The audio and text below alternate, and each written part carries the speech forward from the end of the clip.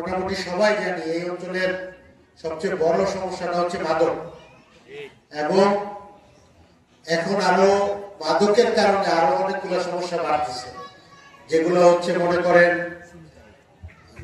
মানে সন্ত্রাস, ছিনতাই, এগুলো বাড়তেছে। সেই সাথে আমাদের এই অঞ্চলের কিছুটা তো অবহেলা আছে, কারণ এটা বক্তাবলী ইউনিয়নে পড়লেও বক্তাবলী মূল এলাকাটা হচ্ছে ওই পাশে। এই জন্য এই এলাকাটা কিছুটা অবহেলায় আগেও ছিল, এখনো আছে।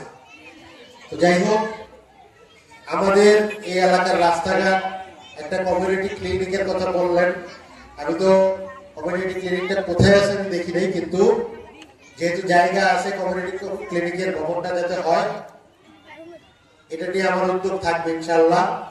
রাস্তাঘাট, ড্রেনেজ সিস্টেম নিয়ে থাকবে ইনশাআল্লাহ।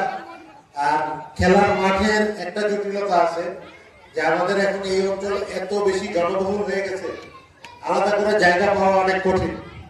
তারপরেও এখানে কোনো সরকারি জায়গা আছে কিনা ওটা বের করে হচ্ছে খেলার মাঠ করতে হবে। এটা আমি বইলা গেলাম যে খেলার মাঠ আমি দিয়ে দিব, জায়গা না থাকলে কই থেকে হবে? এটা অনেক জনবহুল এলাকা। তো এই জিনিসটা খোঁজ নিয়ে দেখতে হবে যে এখানে কোনো সরকারি জমি আছে কিনা।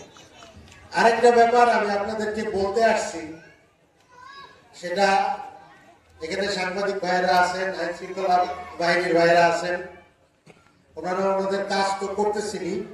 তারপরেও আপনারা জানেন আমাদের এই পুরো নারায়ণগঞ্জ 4 আসনে ভোটার সংখ্যা হচ্ছে প্রায় 5.5 লাখ, জনসংখ্যা প্রায় 30 লাখের উপরে।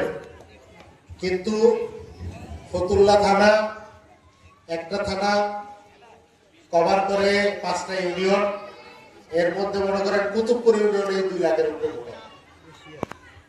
তাইলে একটা থানা ফতুল্লা, একটা থানা দিয়ে এই প্রায় 30 লক্ষাধিক মানুষের যে সার্ভিস, এই সার্ভিস আমরা শুধু পুলিশকে দোষারোপ করলে এই সার্ভিস পাওয়া সম্ভব বলে আমার কাছে মনে হয়।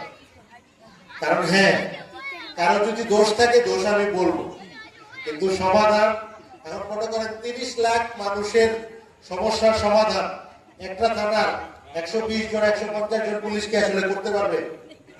কি মনে হয়? এটা কিন্তু এরাও তো মানুষ, ওনারা মানুষ না? ওনারা চাইলেও অনেক ক্ষেত্রে হ্যাঁ আপনি হয়তো বা গিয়ে আপনার সার্ভিসটা পান নাই, সহযোগিতাটা পান নাই, এই ধরনের ঘটনাও ঘটে। কিন্তু এর বাইরেও আমি বললাম যে প্রায় 30 লক্ষ 35 লক্ষ মানুষ। এরপরে এই এলাকাটা একটা শিল্প এলাকা, আপনারা জানেন ফতুল্লা এলাকাটা একটা শিল্প এলাকা, এখানে শিল্প কারখানার আইন শৃঙ্খলার অনেক কিছু আছে।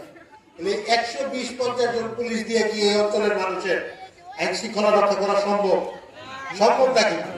আবার রাজনৈতিক সদিচ্ছা, আমরা যারা রাজনীতি করি, রাজনীতিবিদরাও যদি এখানে সদিচ্ছা না থাকে তাইলেও কিন্তু সম্ভব না। কারণ মনে করেন থানায় ধরে নিয়ে গেল একটা মাদক ব্যবসায়ী, এখান থেকেই ফোন যায় বলে অমুকে আমার ভাতিজা ছাইরা দেন, যায় না? এটা হয়, রাজনীতিবিদ এটা করে। এই ক্ষেত্রে আমি আমার জায়গা থেকে প্রশাসনের সব দপ্তরে আমি বলেছি যে আমার পরিচয়ে কখনো কোন চাঁদাবাজ আর মাদক ব্যবসায়ীর জন্য ফোন যাবে না ইনশাআল্লাহ।